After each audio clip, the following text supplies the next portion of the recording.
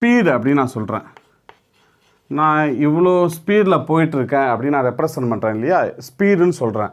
அதாவது இப்போ என்னோடய பைக்கில் ஸ்பீடோமீட்டரில் எவ்வளோ காட்டுதுன்னா, இப்போ 40 km/h அதான் ரெப்ரசன்டேஷன். 40ன்னு காட்டுச்சுன்னா என்ன அர்த்தம், 40 km/h. இந்த இடத்துல 40ன்னு சொல்கிறேன் இல்லையா, இதுக்கு தான் மேக்னிடியூடுன்னு பேர். ஸோ இந்த டேர்முக்கு போய் நம்ம என்ன அர்த்தம் சொல்லுவோம், மேக்னிடியூட் அப்படின்னு சொல்லுவோம். இந்த ஸ்பீடு ஒரு ஸ்கேலார் குவான்டிட்டி. ஏன்னா ஒரு மேக்னிடியூடை மட்டும்தானே ரெப்ரசன்ட் பண்ணுது. அதனால் ஸ்பீடை நம்ம என்னன்னு ரெப்ரசன்ட் பண்ணுவோம், ஒரு ஸ்கேலார் குவான்டிட்டின்னு ரெப்ரசன்ட் பண்ணுவோம். ஓகே, அடுத்தது வெலாசிட்டி அப்படின்னு நான் சொல்கிறேன்.